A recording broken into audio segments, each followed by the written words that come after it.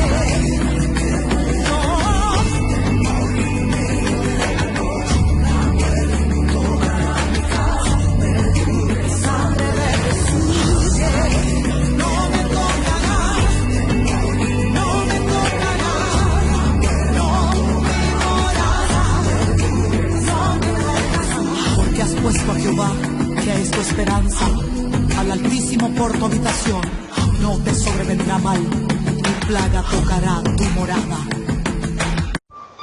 Dios le bendiga, le habla su hermana Analicia Las Mejía desde Santo Domingo, República Dominicana.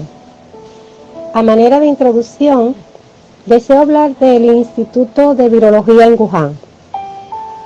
Conocíamos de la existencia de laboratorios especializados en virus, pero saber que desde el 1956 existe un instituto de virología en el que se almacenan más de 1.500 cepas de virus, muchos de ellos mortales, con la finalidad de estudiar y analizar para descubrir la cura y la vacuna de lo mismo, puede ser alentador.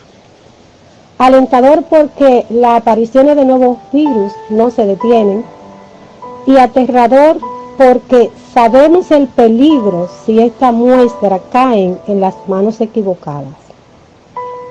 Este instituto de investigación es administrado por la Academia de Ciencia en China, y en el 2015 se abrió el primer laboratorio bioseguridad nivel 4 en este instituto. En torno a lo ocurrido existen muchas conjeturas de si este virus fue creado, si se está usando para reducir la población, si son armas biológicas usadas con diferentes fines, pero realmente no nos centraremos en esto.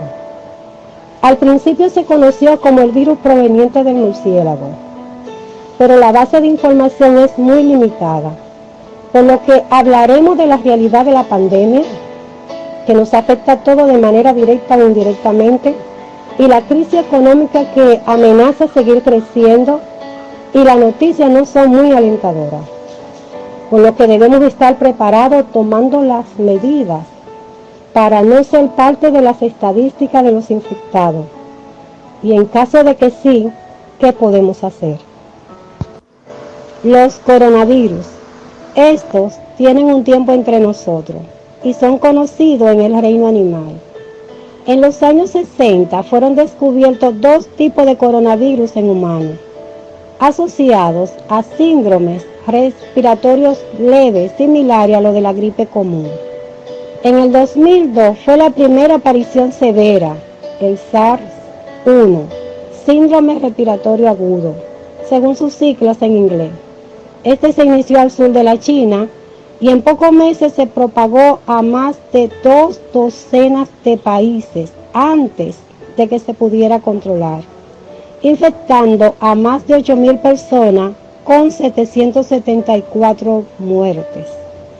Esto motivó a la Organización Mundial de la Salud que emitiera una alerta sanitaria global. En el 2012 surge una nueva cepa. Este se transfirió de los animales a las personas. Era un nuevo tipo y fue bautizado como el síndrome respiratorio del Medio Oriente, MERS. Este no se transfería de persona a persona con facilidad, ya que la mayoría de las personas contagiadas no propagaron la enfermedad, aunque en Francia se reportaron algunos casos. 124 casos se confirmaron en Arabia Saudita y 52 personas fallecidas a finales del 2013. A finales también del 2019 surge una nueva cepa de los corona, lo que conocemos hoy como el COVID-19, y a la fecha tenemos cerca de 20 millones de personas infectadas y casi 8.000 muertos. Y en muchos países estas cifras siguen en aumento. Seguir el protocolo. Se han creado una serie de normas para seguir en el hogar, en el trabajo, en los bancos, en los supermercados y en todos los lugares donde necesariamente se van a reunir un gran número de personas. Esto también aplica para la iglesia y el transporte público. Violar esta medida de precauciones es poner en riesgo nuestras propias vidas y la de nuestras familias. Es por eso que se recomienda el uso de mascarillas, lentes de protección, guantes, lavarse las manos correctamente con abundante agua y jabón, el uso de gel antibacterial, el uso de alcohol, de agua clorinada para desinfectar y evitar ser contagiado. Recuerden que debemos desinfectarnos al llegar a nuestros hogares y desinfectar todo lo que llevamos a nuestra casa. Se recomienda también no hacer visitas ni recibirla, a no ser por causa de fuerza. Pero en caso de que recibamos visita, debemos utilizar todas las medidas de precauciones. Colocarnos nuestra mascarilla, desinfectar la persona que llega, guardar un distanciamiento, porque debemos ver como posibles portadores del virus a todas las personas que nos visitan, ya que muchos no presentarán síntomas y otros en el tiempo de incubación tampoco presentan síntomas, aunque se sabe que en el tiempo de incubación no pueden contagiar a otros, pero recordemos que este es un virus nuevo y que desconocemos muchas cosas de cuál es su real comportamiento, por lo que debemos tomar todas las medidas de precauciones. Por ejemplo, durante el tiempo de incubación, que va de 7 a 14 días, la persona puede no presentar síntomas, pero ya a partir del día 6, la persona infectada puede comenzar a contagiar a otro aún sin saberlo. Y una persona, por ejemplo, que se levante por la mañana, salga en un transporte público, vaya a su trabajo, luego al banco, pase por un supermercado, de regreso, esa persona pudo haber estado en contacto con más de 100 personas. Y no sabemos en qué momento esa persona pudo haberse infectado o de estar contagiado, esa persona pudo estar infectando a otra persona. Es por eso que no debemos llevarnos de la apariencia de que la persona no presenta síntomas para confiarnos. Recuerden que los saludos, ahora mismo todos estamos dando los saludos de reverencia o tocándonos con el codo para evitar el contacto físico con las personas. Subir las defensas del cuerpo. Nuestro sistema inmunitario es una compleja red que incluye órganos, tejidos, células especializadas y proteínas que trabajan en conjunto para protegernos de organismos infecciosos y prevenir el desarrollo de enfermedades. Y si éstas llegaran a desarrollarse, producen proteínas y glóbulos blancos que trabajan para evitar que dañen nuestra salud. La importancia de fortalecer nuestro sistema inmunitario es esencial para crear una fuerte defensa en contra de los agentes infecciosos que pueden atacarnos, por lo que es necesario consumir alimentos ricos en vitaminas y minerales. por lo que debemos llevar una dieta balanceada con los aportes nutricionales necesarios para mantener una buena salud. Debemos consumir alimentos naturales, frutas, vegetales, proteínas, fibra, evitar la grasa saturada. Sabemos que la grasa es necesaria, pero debemos sustituirla por la que no son saturadas. Estas son de origen vegetal, ya que se ha comprobado que disminuyen el riesgo de sufrir un ataque cardíaco y otros problemas de salud. Debemos cuidar la hidratación, tomar de 6 a 8 vasos de agua al día, realizar ejercicio, caminar, correr, nadar, practicar algún deporte físico. Se recomienda que sea de 30 a 45 minutos si lo queremos hacer por salud.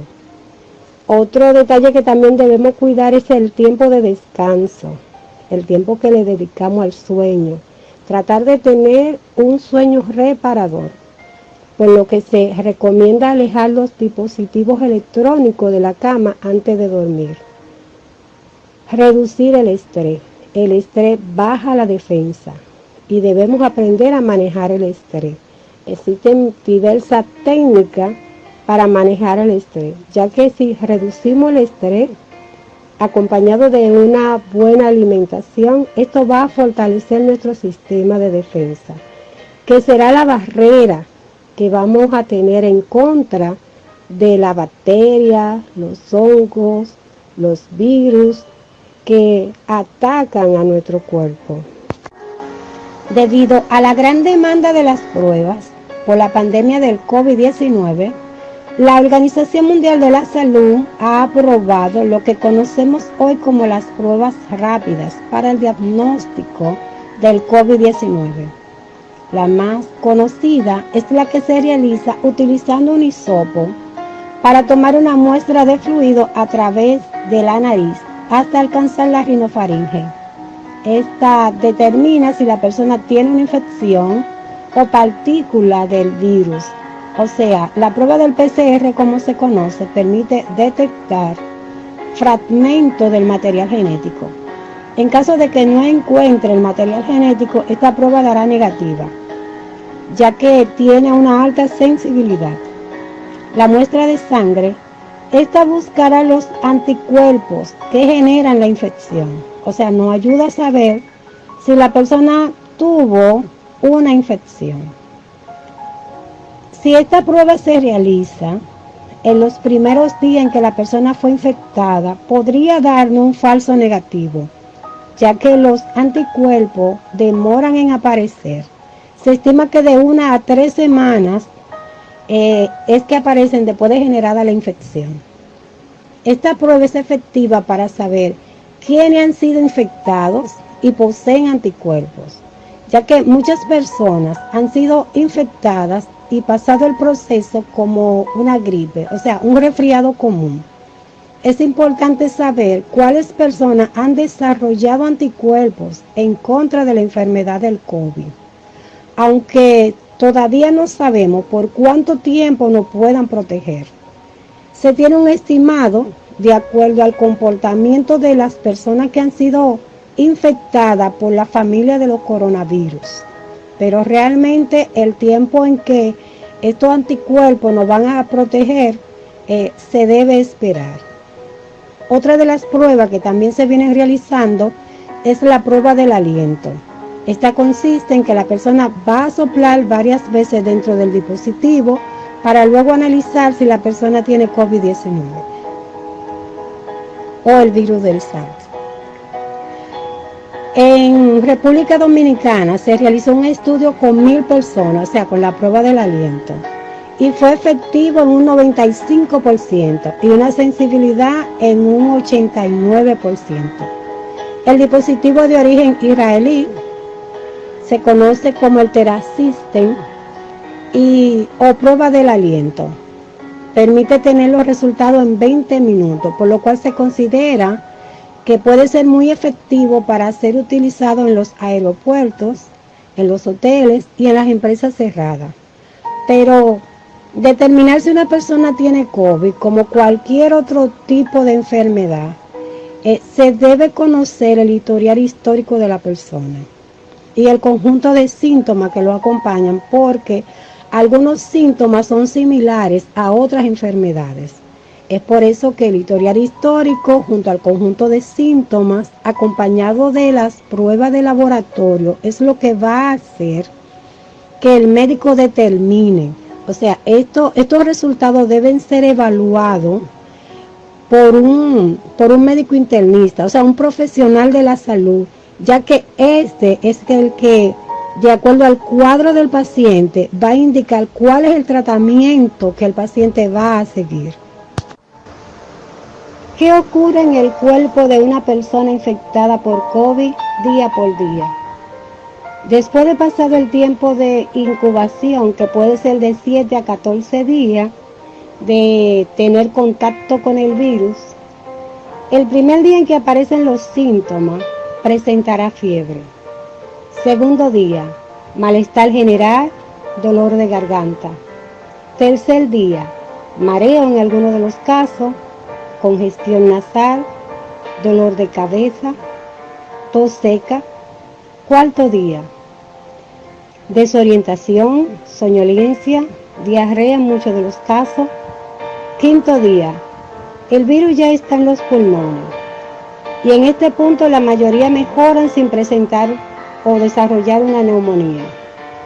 Sexto día, la pérdida del olfato, la pérdida del gusto en la mayoría de los casos. El paciente, de desarrollar una neumonía, debe empezar a medicarse el sexto día. Este día es clave, ya que si no se comienza a tratar aquí la neumonía avanzará rápidamente. Días 7 y 8. Ya están presentes la mayoría de los síntomas que conocemos. El inconveniente es que las pruebas rápidas pueden dar negativa los primeros días. Es por esta razón que cuando el paciente presenta los síntomas se van a tratar como si fueran positivos, aunque no tengamos el resultado de la prueba, ya que el 55% de los pacientes que comienzan a tratarse en el día 7 y el día 8 van a responder satisfactoriamente al apoyo médico. Día 9. El daño es progresivo. Se presenta lo que conocemos como el síndrome respiratorio agudo, ya que la persona en este punto no podrá respirar por sí misma y ya se comienza a evaluar si se puede dejar solamente con oxígeno o si va a necesitar de un ventilador artificial. Día 10. El corazón comienza a fallar por la presión del aumento de la hipertensión pulmonar. Ya no hay oxígeno. Día 11 y 12. El pH se hace más ácido y comienza a dañar otros órganos. El sistema de defensa comienza a fallar. Y van a llegar otros organismos oportunistas para agravar el cuadro del paciente. 13 y 14. Los pulmones dejan de funcionar. El corazón sigue fallando. Los riñones también comienzan a tener insuficiencia. El hígado. Y así sucesivamente, todos los órganos comienzan a fallar. Esto ocurre en un tiempo de 15 a 16 días. Cuidar a una persona infectada con COVID. Como ya sabemos, un 85% de las personas que son infectadas por COVID no requieren ser hospitalizados. Lo pasarán como una gripe general y podrán quedarse en la casa para ser atendidos. Se recomienda que esta persona sea aislada en una habitación y que tenga acceso a su propio baño. En caso de que deba compartir el baño, este baño entonces deberá ser lavado y desinfectado cada vez que el infectado lo utilice. Se recomienda elegir a una persona sana, joven y libre de riesgo para que sea el cuidador. Ambos deben utilizar mascarillas, tanto el infectado como el cuidador. El cuidador debe utilizar guantes para recibir la ropa o utensilio que sea utilizado por la persona infectada. Se debe colocar una silla en la habitación de 2 a 3 metros para evitar que el cuidador tenga un contacto directo con las personas infectadas. Y es aquí donde el cuidador debe colocar los medicamentos, la comida y la ropa que van a ser utilizadas por el infectado. Se debe cubrir y amarrar en funda doble todos los desechos del infectado para evitar que estos puedan contagiar a otro. El enfermo debe llevar un monitoreo de la temperatura, o sea, de la fiebre. Debe tomarse la temperatura de 3 a 4 veces al día, así como informar cualquier otro síntoma que aparezca a su cuidador para que éste lo reporte a su médico y pueda ver el avance o la mejoría de la enfermedad. La persona infectada es el responsable de bañarse, de limpiar su habitación y el baño. En caso que la condición de salud agrave y no pueda realizar esta tarea, entonces es preferible que el infectado sea hospitalizado y no poner en riesgo al cuidador. Cuando en el hogar hay más de una persona infectada, aunque tengan el mismo virus, no pueden quedarse en una misma habitación. Así que tendrán que aislarse en habitaciones separadas, porque si se quedan en la misma habitación, la descarga viral será mayor y el proceso de recuperación también será muchísimo mayor. Por lo que cada quien debe agotar su proceso de manera individual y pasar su proceso de recuperación en habitaciones separadas. ¿Qué tiempo durará la enfermedad del COVID en nuestros cuerpos? La respuesta puede variar, dependiendo de la condición de riesgo, la edad y de cómo seamos impactados por la enfermedad. Se conocen 3 niveles, que van desde leve a moderado en un 85%, severo en un 10%, críticos en un 5%. Desde el día en que la persona estuvo en contacto con el virus hasta la presencia de los síntomas podrían transcurrir de 7 a 14 días, es lo que conocemos como el tiempo de incubación, y es donde el virus utilizará nuestras células vivas para reproducirse. ¿Pero qué sucede en nuestro cuerpo? Bueno, este comenzará a preparar la primera línea de defensa, que es cuando aparece el patógeno y el flujo de sangre aumenta hacia el lugar infectado, y de los vasos sanguíneos salen células y determinadas sustancias como proteínas, citocinas, para atacar y detener la infección. Debería detenerse en ese momento. En caso de que no, entonces viene la segunda línea de defensa. Nuestro sistema inmunitario demorará algunos días en dar una respuesta adaptativa y es el encargado de formar los anticuerpos. Estos tienen memoria y recordarán los patógenos con lo que el cuerpo ha estado en contacto en el pasado para saber cómo volver a atacar en el futuro si nos volviéramos a contagiar. Pero los virus mutan, por lo que si es una nueva cepa, nos volveremos a infectar. Se cree que el coronavirus interfiere para inhibir muchas de estas funciones de la producción de anticuerpos, pero en el 85% de nuestro sistema inmunitario logra hacer el trabajo, por lo que solo un 10% sufrirán un modo más severo y en un 5% críticos. El tiempo que durará en el cuerpo, según el comportamiento, sabemos que después de 7 días la descarga viral baja, así que este durará de 3 a 4 semanas. En otros casos, durará de 4 a 6 semanas, como en los casos en que se complica con neumonía y en otros casos más graves. Sabemos que se han reportado casos que se ha durado hasta 3 y 4 meses, pero quiero resaltar que pasado las 6 semanas puede que ya el virus dé negativo, pero las secuelas que provoca la enfermedad podrían pasar meses, según reporte médico.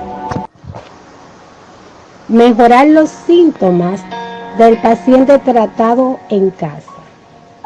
Recordemos que los pacientes tratados en casa fueron evaluados y medicados ya por un médico, o sea, El médico le dio las indicaciones de cuál era el tratamiento que iba a seguir en su casa. Este paciente conoce cuáles son los medicamentos que debe tomar, cuáles son los horarios. Lo que este paciente debe evitar es tomar otros medicamentos adicionales porque le funcionó un vecino, porque te lo recomendó un familiar. Realmente hay muchos medicamentos que no se pueden combinar, por lo que es recomendable que lo consulte primero con tu médico. Lo que vamos a hacer aquí es que vamos a acompañar el tratamiento del médico con los remedios caseros que sabemos que ayudan a mejorar los síntomas. Por ejemplo, para tomarse una pastilla, sabemos que puede ser perfectamente acompañado por el té de limón al que se le agreguen hojas de menta, jengibre, endulzarlo con miel o azúcar morena, lo que pueden ingerir azúcar, o tomar el frasco de miel como normalmente hacemos y se le agrega ahí cebolla, ajo, se le exprime el jugo de un limón. Estos remedios naturales, caseros, que nosotros sabemos que sirven para desinflamar, que sirven para mantener lubricado la garganta, que decongestionan y que realmente mejoran lo que son los síntomas. También podemos hacer lo que son los vapores caseros, lo que hacemos con las hojas de eucalipto. O sea, se toman 10 gramos de las hojas, se hierve en 1 litro de agua por 10 minutos, se deja reposar, se cuela, luego se vacía en un tazón, nos colocamos una toalla en la cabeza y vamos a inhalar los vapores de 10 a 15 minutos. Se puede utilizar lo que son los vaporizadores eléctricos. Esto, dependiendo su tamaño, traen su propia indicación, aunque por lo general se toma 1 litro de agua al cual se le agrega media cucharita de sal.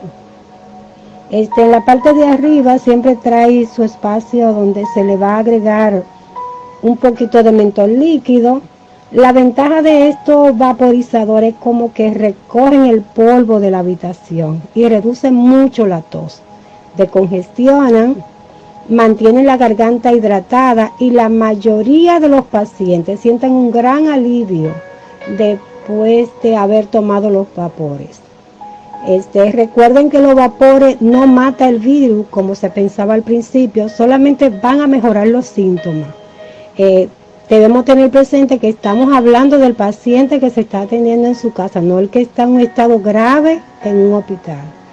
Al igual que los antibióticos, estos no matan el virus, pero son usados para tratar la infección ocasionada por el virus que desarrolla la enfermedad del COVID-19. Para la garganta podemos utilizar lo que son las gárgaras de agua tibia con sal. Estas ayudarán a calmar la irritación en la garganta. Se debe evitar lo que son alimentos muy pesados, aunque la propia molestia de la enfermedad, como el dolor de garganta, la pérdida del apetito, la pérdida del gusto, del olfato, van a hacer que uno desee ingerir alimentos ligeros, como son sopa, jugos, puré, algo de fruta. Se debe evitar los refrescos embotellados. Son muy perjudiciales para la salud y tienen un alto contenido de azúcar. Durante este proceso de enfermedad y aun cuando no estemos enfermos, realmente se debe evitar los refrescos embotellados. En caso de que se presente alguna dificultad respiratoria, se recomienda la posición cúbito prono. Esta es la posición que conocemos como estar boca abajo. A la mayoría de los pacientes le funciona, le ayuda con la dificultad respiratoria, en la mayoría de los casos, ya que disminuye lo que son los daños inducidos y mejora lo que es la oxigenación en los pulmones. ¿Qué ocurre en el cuerpo de una persona infectada por COVID día por día? Después de pasado el tiempo de incubación, que puede ser de 7 a 14 días, de tener contacto con el virus, el primer día en que aparecen los síntomas, presentará fiebre. Segundo día, malestar general, dolor de garganta. Tercer día, mareo en algunos de los casos, congestión nasal, dolor de cabeza, tos seca. Cuarto día, desorientación, soñolencia, diarrea en muchos de los casos. Quinto día, el virus ya está en los pulmones y en este punto la mayoría mejoran sin presentar o desarrollar una neumonía. Sexto día, la pérdida del olfato, la pérdida del gusto en la mayoría de los casos. El paciente de desarrollar una neumonía debe empezar a medicarse el sexto día. Este día es clave, ya que si no se comienza a tratar aquí la neumonía avanzará rápidamente. Días 7 y 8. Ya están presentes la mayoría de los síntomas que conocemos. El inconveniente es que las pruebas rápidas pueden dar negativa los primeros días. Es por esta razón que cuando el paciente presenta los síntomas se van a tratar como si fueran positivos, aunque no tengamos el resultado de la prueba, ya que el 55% de los pacientes que comienzan a tratarse en el día 7 y el día 8 van a responder satisfactoriamente al apoyo médico. Día 9. El daño es progresivo. Se presenta lo que conocemos como el síndrome respiratorio agudo, ya que la persona en este punto no podrá respirar por sí misma y ya se comienza a evaluar si se puede dejar solamente con oxígeno o si va a necesitar de un ventilador artificial. Día 10. El corazón comienza a fallar por la presión del aumento de la hipertensión pulmonar. Ya no hay oxígeno. Día 11 y 12. El pH se hace más ácido y comienza a dañar otros órganos. El sistema de defensa comienza a fallar. Y van a llegar otros organismos oportunistas para agravar el cuadro del paciente. 13 y 14. Los pulmones dejan de funcionar. El corazón sigue fallando. Los riñones también comienzan a tener insuficiencia. El hígado. Y así sucesivamente, todos los órganos comienzan a fallar. Esto ocurre en un tiempo de 15 a 16 días. Secuelas. Son los daños o trastornos que quedarán en el paciente después de haber sufrido la enfermedad. En los pacientes que no presentaron ningún síntoma, bueno, en esto no van a quedar ningún tipo de secuelas. Al igual que los pacientes que presentaron la enfermedad en un modo leve. Estos se van a recuperar en muy poco tiempo y no dejará ningún daño en el paciente. En los pacientes que sufrieron la enfermedad en un modo severo, me estoy refiriendo a los que necesitaron ser ingresados al hospital y que presentaron neumonía, estos se van a recuperar de 3 a 4 semanas. Y en algunos de los casos van a necesitar un poco más de tiempo dependiendo de la gravedad. En los casos críticos, me estoy refiriendo a los que estuvieron en intensivo conectados a un ventilador artificial.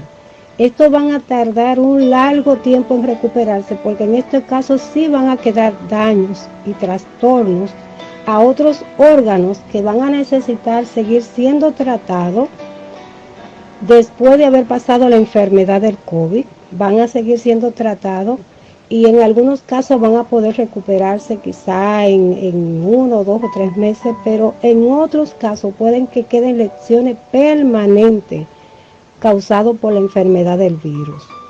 Como este virus se aloja en los pulmones, comenzará a dañar células, tejidos, por lo que el pulmón quedará resentido.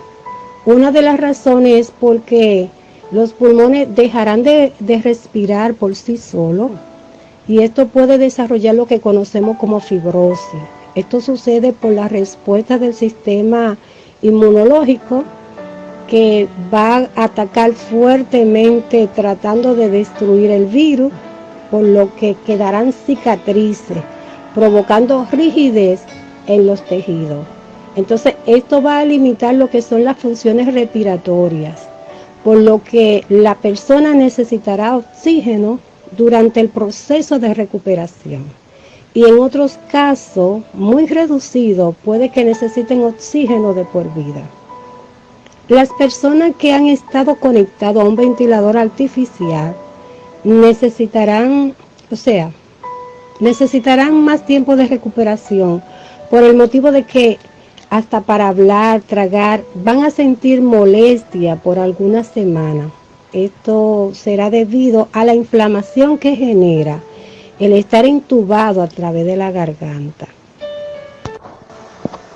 Otro órgano afectado es el corazón, con una insuficiencia cardíaca que podría ser la respuesta inflamatoria, o las presiones pulmonares al llenarse de líquidos, sumado a la falta de oxígeno en la sangre, o los posibles coágulos que pueden presentarse.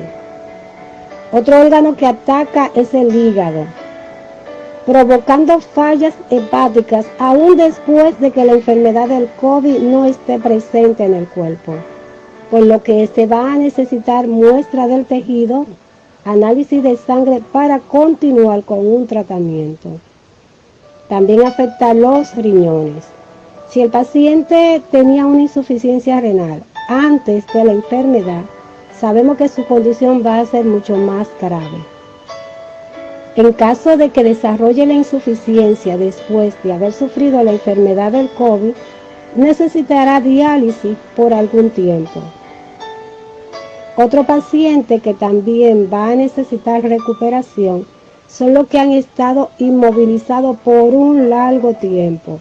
Estos van a presentar lo que es parálisis muscular, por lo que durante el proceso de recuperación van a sentir debilidades musculares, limitaciones en lo que son sus funciones diarias durante el proceso de recuperación. Otros posibles daños podrían ser neurológicos, como confusión, falta de concentración, inflamación en el cerebro, que podrían ser leves y otros graves, pero la mayoría mejoran con tratamiento. También va a necesitar ayuda psicológica por todos los daños sufridos durante el proceso de la enfermedad. Algo que todavía se está estudiando es si estos daños son ocasionados por la enfermedad del COVID o son consecuencia de los efectos secundarios del tratamiento que se está utilizando en la enfermedad, ya que algunos de los medicamentos no son apoyados por la Organización Mundial de la Salud, ya que ésta supervisa lo que es la eficacia, los riesgos y los beneficios de estos medicamentos. ¿Por qué los vapores no matan el virus del SARS? Este virus muere a alta temperatura. Se estima que es sobre los 56 grados. La Sociedad Médica en Francia reportó que sometió al virus a 60 grados y que después de una hora logró reproducirse, por lo que ni la cara ni los pulmones pueden resistir esta temperatura sin sufrir graves quemaduras. Preguntas. Si hemos estado en contacto con una persona que ha dado positivo al COVID, ¿debemos comenzar a tomar antibióticos? La respuesta es no. Tomar antibióticos antes de desarrollar la infección solo va a debilitar nuestro organismo, haciéndonos mucho más vulnerables al virus. Pregunta. ¿Por qué la persona infectada con el virus, la mayoría pierden el olfato y el gusto? La respuesta es que el virus entra por la nariz y la boca y se aloja en la garganta, y es el primer lugar donde comienza a dañar los tejidos. Así que esto sucede por la inflamación que el virus produce. Estos daños no son permanentes, por lo que de 10 a 15 días se recuperan según la descarga viral. Pregunta. ¿Se puede tener el virus y no desarrollar la enfermedad del COVID-19? La respuesta es sí. Estos son los pacientes asintomáticos, o sea, los que no presentan síntomas, pero que desarrollan anticuerpos. Pregunta. ¿Todos los que desarrollan la enfermedad del COVID-19 tendrán neumonía? La respuesta es no. La mayoría de los pacientes lo pasarán como un resfriado común. Pregunta: ¿cuándo debo ir al médico por COVID después de ser atendido para seguir el tratamiento en casa? O sea, estos son los pacientes que no presentan riesgo, que son medicados y enviados a su casa. La respuesta es que debe ir a su médico o ponerse en contacto de inmediato con su médico si se presenta una dificultad respiratoria. Pregunta: ¿todos los pacientes con neumonía severa deben ser entubados? La respuesta es que no hay forma posible de mantener con vida un paciente que haya perdido la capacidad de respirar por sí solo. Este procedimiento le ayudará a llevar un poco de oxígeno en lo que la inflamación cede. Pregunta: ¿por qué el jabón destruye el virus? Sabemos que este virus está rodeado por una capa de grasa. El jabón disuelve la grasa, por lo que el virus no podrá adherirse ni ingresar al cuerpo. Pregunta: ¿qué es la descarga viral? La respuesta es que son las partículas del virus que se encuentran en el individuo que fue infectado. A mayor carga viral, mayor será el grado de infección y mayores los riesgos de transmisión del virus. Pregunta: ¿las personas que han sido contagiadas pueden volver a contagiarse? Bueno, por lo que sabemos, el cuerpo crea los anticuerpos en contra de la enfermedad. Lo que todavía no sabemos es por cuánto tiempo puedan protegernos.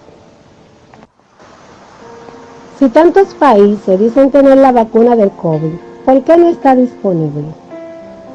Respuesta: la vacuna siempre tardará un tiempo en estar disponible. De hecho, se debe estudiar las posibles reacciones futuras que éstas podrían tener, por lo que llevan tiempo.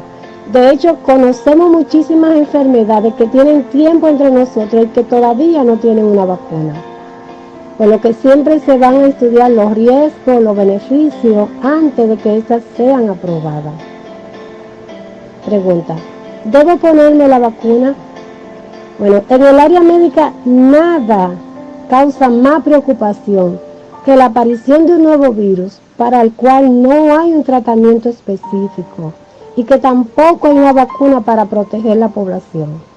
El temor de la Iglesia con relación a esta vacuna es que si este virus fue posiblemente creado, aunque se desmiente la posibilidad de que así sea, para aplicar esta vacuna con otros fines, lo cual realmente no está muy claro, porque todos sabemos que se estuvieron dando conferencias con relación a este virus antes de que se convirtiera en una pandemia. Creo que en ese sentido el pueblo de Dios debe orar y buscar la dirección de Él antes de tomar una decisión sobre la vacuna. Tiempo en que durará el virus en las diferentes superficies. Realmente el tiempo varía dependiendo de la superficie. Por ejemplo, si es en el aire, sabemos que al principio nos decían que el virus pesaba mucho y que se caía al suelo tan pronto la persona tosía o estornudaba. Pero las micropartículas realmente duran un tiempo en el aire. Si el espacio es abierto, sabemos que van a ser arrastradas por el viento y que va a durar menos tiempo en el aire. Pero por ejemplo en los lugares cerrados, se ha comprobado que las micropartículas podrían durar hasta 3 horas. Por ejemplo, en el cobre, que dura 4 horas, en el papel, en el cartón, en las telas, dura 24 horas. En el acero inoxidable dura 2 días y en el plástico 3. Pero quiero hacer una salvedad con la tela porque puede variar dependiendo de la textura de la tela, a la temperatura en que esté expuesta. Por ejemplo, sabemos que una ropa que esté puesta, por ejemplo, al sol, el virus es sensible a los rayos solares, o sea que el tiempo va a variar dependiendo la temperatura y la superficie en la que caiga.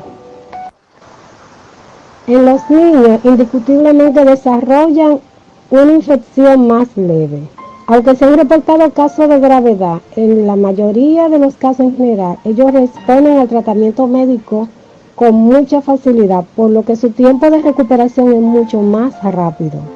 En el caso de los envejecientes, el riesgo es mucho más alto, ya que muchos de los órganos que atacan esta enfermedad con los años desarrollan deficiencia, por lo que como su organismo está debilitado, se le hace más difícil hacerle frente a esta enfermedad.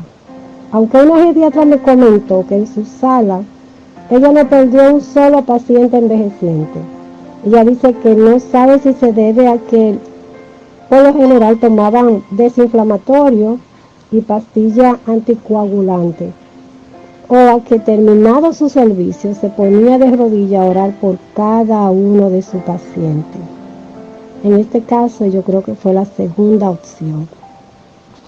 Hasta el momento, como todos conocemos y sabemos, esta enfermedad todavía siguen apareciendo síntomas que no fueron descritos en un principio de la enfermedad. O sea, entendemos que en un principio todo se basaba en síntomas solamente respiratorios, y hoy en día podemos valorar hasta un rasgo cutáneo en los pacientes. Entonces, con respecto a lo que es la transmisión del COVID-19 en los fetos de madres embarazadas que han sido contagiadas, hasta el momento no hay estudios que demuestren que hay una transmisión vertical ni a través de las pacientes que tienen un parto autóxico, ni tampoco de las que se le ha realizado una cesárea.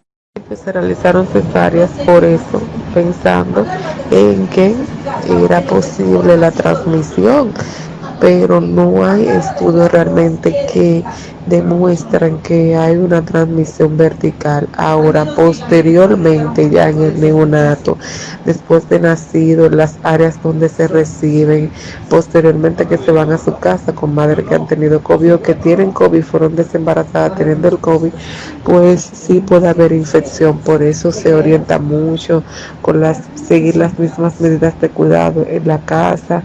A veces se orienta con respecto a la lactancia, que las madres se ordenen y se lo den en el biberón al bebé para tener aún menos contacto, por el tema de la higiene.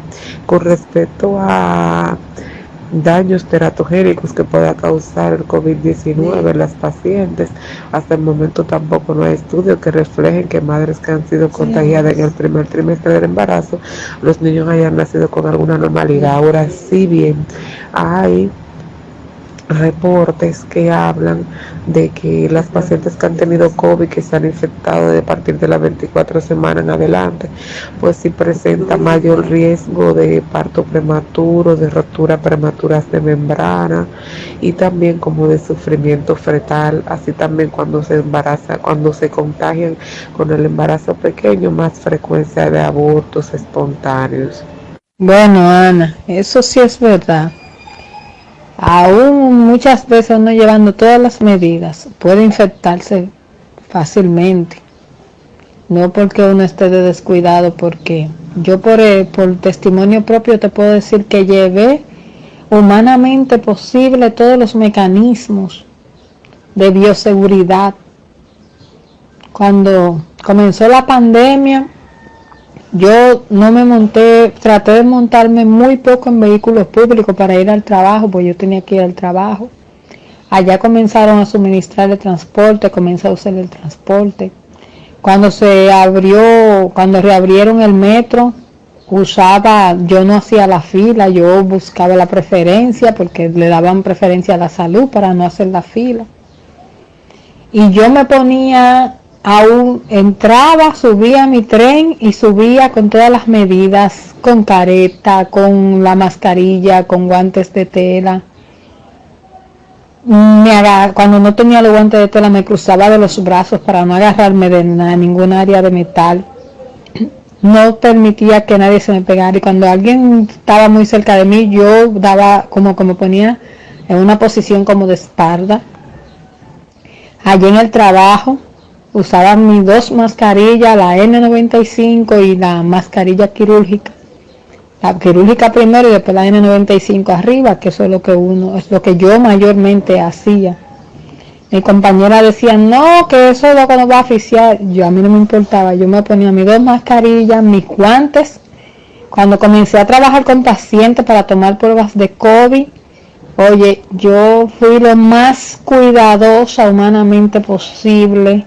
Desinfectaba el área, desde que el paciente entraba, yo le desinfectaba las manos al paciente, desinfectaba el área, cuando ese paciente se paraba de esa silla, yo desinfectaba esa silla yo misma, me cambiaba los guantes, es decir, arriba de mis guantes, es decir, yo me ponía unas manos significan que primero me ponía unos guantes y eso iban a ser como mis manos, y arriba de esos guantes yo me ponía otros guantes.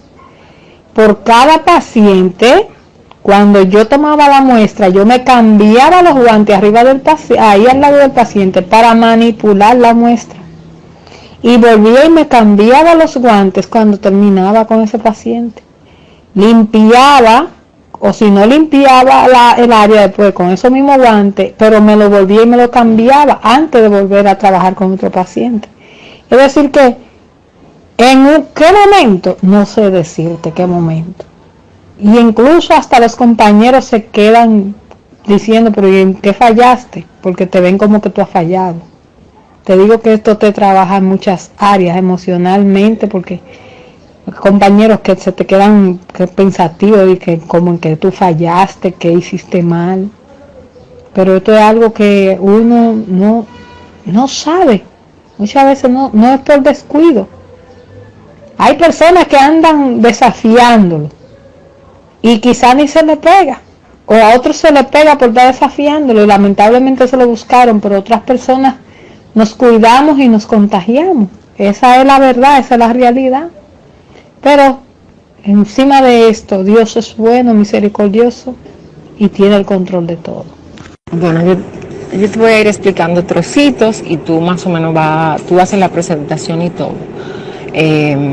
Tú sabes mi nombre y tú sabes que yo soy cristiana de hace muchos años y que, bueno, que nada, yo actualmente estoy trabajando pues en un hospital de revalidación para pacientes, dígase pacientes que se recuperan después de una fractura de fémur, que tienen que hacer rehabilitación para volver a caminar, o pacientes que hacen un accidente cerebrovascular y que tienen que hacer recuperación con terapia de rehabilitación para las actividades de la vida diaria y todo eso.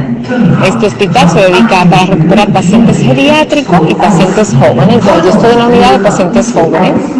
Yo soy médico de familia, trabajé 12 años en España y aquí pues es mi primer año en Bruselas.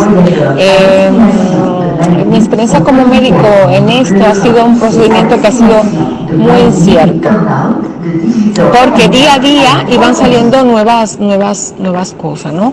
Era como uno ir trabajando día sobre día y claro, tú no estabas nada seguro de lo que hacías, porque no sabías que lo que estabas haciendo eran los pasos correctos, o sea, no había un protocolo fijo. Cada día el protocolo cambiaba. Ahora nosotros, por ley, es obligatorio usar la mascarilla dentro del hospital, fuera en el pasillo y para visitar todos los pacientes. Pero al principio, cuando comenzó el aislamiento y todo esto, fue imposible. Y uno se decía, bueno, pero si la pregunta era si en Corea lo usan, y si en los países asiáticos la usan, ¿por qué aquí en Europa no la utilizamos? Bueno, eso era todos los días una disyuntiva con los trabajadores y con uno. Entonces, uno mismo le preguntaba al jefe superior, ¿no? Y entonces, ¿podemos usar mascarilla? Te decía, no, eso no tiene ninguna prueba científica. Uno puede, porque se transmite, porque es simple, porque es una simple gripe. Se dijo mucho eso. En mi experiencia como médico, entonces, decir que yo estaba recién comenzando mi trabajo en este hospital, en un país nuevo, un idioma nuevo, y claro, para mí era como una catástrofe. Pero claro, siempre pidiéndole al Señor y tal, y la experiencia que me ha llevado a esto, que ha sido una incertidumbre, y que en esta parte del mundo, pues todas las previsiones que se tomaron post, y claro, ya cuando se vino a tomar medidas, ya estaba todo el mundo infectado. Es decir, aquí en Bruselas, el número de pacientes muertos Este es un país relativamente pequeño, 10 millones de habitantes, y hemos tenido 10.000 muertos, no de infectados, sino de muertes, y eso es como el 20% de la población, y es mucho, es brutal. Es como si fuera en España. Lo que pasa es que aquí, a diferencia de España, el sistema no se colapsó, a diferencia del sistema en cuanto al sistema de salud. Es un sistema privado que aquí funciona, todo el mundo tiene que tener una mutua y pagar esa mutua, y dependiendo de lo que tú pagues, pues tienes un servicio de salud o no. La prueba de COVID, pues había que pagar 50 euros, que por tu mutua te lo cubrían y ya está. Es un sistema privado, pero claro, la experiencia de España les llevó a ello, a tener un sistema, un protocolo de actuación al paciente. Entonces, los sistemas de unidades, de camas, de cuidado intensivo, pues estaban reservadas para los pacientes. Aquí no se colapsó el sistema, entre comillas, sino que siempre pues estaban las camas, ¿no? Y el gobierno obligaba a los hospitales a tener cama disponible. De todas formas, los pacientes se contagiaron. O sea, mi planta, todos los pacientes, hubo un momento que estaba todo el mundo contagiado, todos. Esos pacientes, pues el protocolo era aislarlos, se abrió una unidad de COVID y se llevaban allí. Pero en cuanto al número de fallecimientos, nosotros tuvimos de todo el hospital, es un hospital que tiene 8 plantas, y de todo el hospital nosotros tuvimos por COVID 2 defunciones. Entonces no fue mucho, sino en la población, yo creo que ni un 1% de fallecimiento. Sí que hubieron algunos que fueron trasladados. Si el paciente estaba estable, no se trasladaba, y si el paciente toleraba y estaba bien, no tenía necesidad de oxígeno ni de ser ventilado, pues se dejaba allí. ¿Qué más? Y lo que decía antes, mi experiencia como médico es la incertidumbre de que tú no sabías qué hacer. El protocolo cambiaba cada día decía una cosa, y que las medidas, pues ahora es obligatorio usar las mascarillas y no te ponen una multa. Y donde quiera que llegas, pues, pero esa medida ya se tomó pasada la cuarentena y pasado todo. Entonces, como tú dices, bueno, pues no tiene sentido, ¿no? Entonces, las autoridades de salud también se jugaron con el tema de que era una gripe simple, y no lo fue. Entonces, mi experiencia personal es la incertidumbre, y que las medidas de higiénico para evitar el contagio no se tomaron a tiempo. Por lo tanto, ahora está obligatorio pues usar la mascarilla. Antes no, antes tú se lo pedías, y las autoridades decían que no era necesario. Aquí el Ministerio de Salud hablaba prácticamente todos los días. Las escuelas fueron cerradas. Bueno, el caso es que las medidas de prevención se tomaron a la pos. Y claro, Singapur pues no fue lo que hizo, sino que se hizo un control, y claro, las estadísticas no son las mismas. En Corea igual, y los países asiáticos aledaños al foco del virus. Y yo decía, bueno, pero ¿por qué aquí no toman esas medidas? Inclusive yo me acuerdo cuando surgió el brote en Italia y no estaban cerradas las fronteras, y no se hizo nada para cerrar la frontera, seguían los vuelos y nada. Entonces, claro, ha sido una experiencia, tú dices, ¿cómo te digo? Es como, bueno, vamos a probar a ver cómo es difícil. Yo en el tiempo de la cuarentena con mucho temor, yo llegaba a casa, me quitaba los zapatos fuera, yo me informaba de lo que yo podía escuchar de que pasaba en España también. Y dormía varias noches, que dormía sola, a mi marido no duerma conmigo, ¿sabes? Para evitar eso, entre nosotros. Pero al final todos nos contagiamos. Yo no tuve síntomas, claro, porque a mí se me ligó con... Bueno, ya eso es aparte, pero mi experiencia es la incertidumbre de que no sabíamos qué iba a pasar, y aún no sabemos qué va a pasar, porque ahí viene el otoño y viene el invierno. Pero bueno, ya por lo menos tenemos claro, conocemos el virus y conocemos la vía de transmisión, que es lo importante.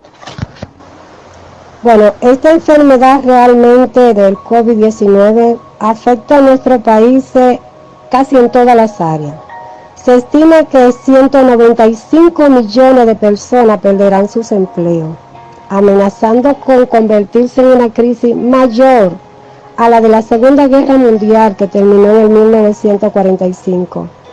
El cierre de aeropuertos, ciudades, fábricas, comercio. Realmente esto afecta a todo lo que es nuestra economía y nuestro desarrollo, exceptuando, claro está, lo que están en el área de medicina, productos de higiene y fabricaciones de equipo utilizado en el área de la salud. En lo que se ve algunos empleos temporales son, por ejemplo, en los servicios a domicilio que se han incrementado. Estos generan algunos empleos temporales en la misma área de salud, realmente generando algunos empleos, pero realmente en Latinoamérica el inconveniente es que somos muy vulnerables a lo que son los empleos informales. Tenemos millones de personas que trabajan en las calles de manera informal, obligándolos a salir día a día, por lo que realmente sabemos que estas familias serán afectadas directamente en todas las medidas que se tomen, porque están obligados a salir a la calle para poder buscar y producir algo de sustento para su familia, y cuyos ingresos se ven disminuidos día a día, ya que realmente la recesión se ha empezado a sentir en muchos países. La pérdida de empleo es una realidad. Personas que tienen casas hipotecadas, vehículos hipotecados y que ahora están en sus casas sin empleo, sin ingreso. Realmente esto es algo que tenemos que pensar, que tenemos que ponernos en la mano de Dios y buscar ideas, estrategias de qué vamos a producir para poder sustentando nuestra familia. La iglesia tiene un duro trabajo, ahora que en parte hemos sido limitados y que muchas personas han endurecido sus corazones culpando a Dios por todo lo que sucede. Otras, por el contrario, estarán dispuestas a recibir la palabra de Dios con gozo. Recuerdo que en los tiempos en que yo me convertí, cuando venían estos virus, estos brotes, estas enfermedades, la iglesia comenzaba a tomar ayuno y oración. Nuestro pastor Manolo Valdés, padre de Isabel Valdés, la que canta la canción No me tocará, recuerdo que él nos ungía a todos los hermanos de la iglesia, y al tocarnos nos decía: plaga no tocará tu morada. Nunca olvido en los años 90 un brote que hubo de conjuntivitis, acompañado por alta fiebre, fuertes dolores de cabeza, y todos mis vecinos fueron contagiados. Yo recuerdo que mi madre y yo salimos a orar por ellos y a visitarlos. Al llegar a la casa nos encontramos en la puerta a nuestro pastor. Y recuerdo que él nos dijo: a las personas que visiten, díganle que se laven las manos constantemente, que no salgan de sus casas para no seguir contagiando a más personas, hasta que este brote, hasta que esta enfermedad se vaya. Y recuerdo que yo me reí y dije: eso no es cierto, eso no se pega, si fuera mami y yo estaríamos contagiadas. Él me miró muy serio y me dijo: Ana, oramos, plaga no tocará tu morada. Y cuando él me pronunció esta palabra, fue la primera vez que yo sentí en mi corazón lo que era estar debajo de la cobertura de Dios. Oye, no es emoción, es algo que se siente cuando viene de parte de Él. Recuerdo que este año, cuando comenzamos a cantar esta canción de que plaga no tocará nuestra morada, de que la sangre de Cristo está sobre nosotros, recuerdo que mucha gente decía: Ana, ¿y cómo se sentirán las personas que escuchan esta canción y que han perdido sus familiares? Los pastores, los siervos de Dios, que han muerto bajo la misma promesa que tú estás cantando. Y realmente es para reflexionar. Ahora, de lo que yo estoy segura es que esta pandemia no tomó por sorpresa a Dios. Él sabía que estos siervos pasarían por este duro proceso antes de dejar esta tierra y seguir viviendo ante su presencia. Lo que nos duele es que no nos pudimos despedir de ellos. ¿Lo lloraremos? Sí. ¿Lo vamos a extrañar? Sí. y nos dolerá cada vez que imaginamos su sufrimiento aislados y solos. Ahora, le servimos a un Dios vivo y de poder, y podemos estar seguros, confiados, en que al Dios que le servimos no lo desamparó en un solo segundo, y que Él estuvo ahí a su lado hasta el último aliento, hasta el último suspiro. Su pueblo seguirá creyendo que al Dios que le servimos puede librarnos. Y si nos tocara esta enfermedad y nos tocara partir de esta tierra, lo haremos sabiendo que hemos vencido.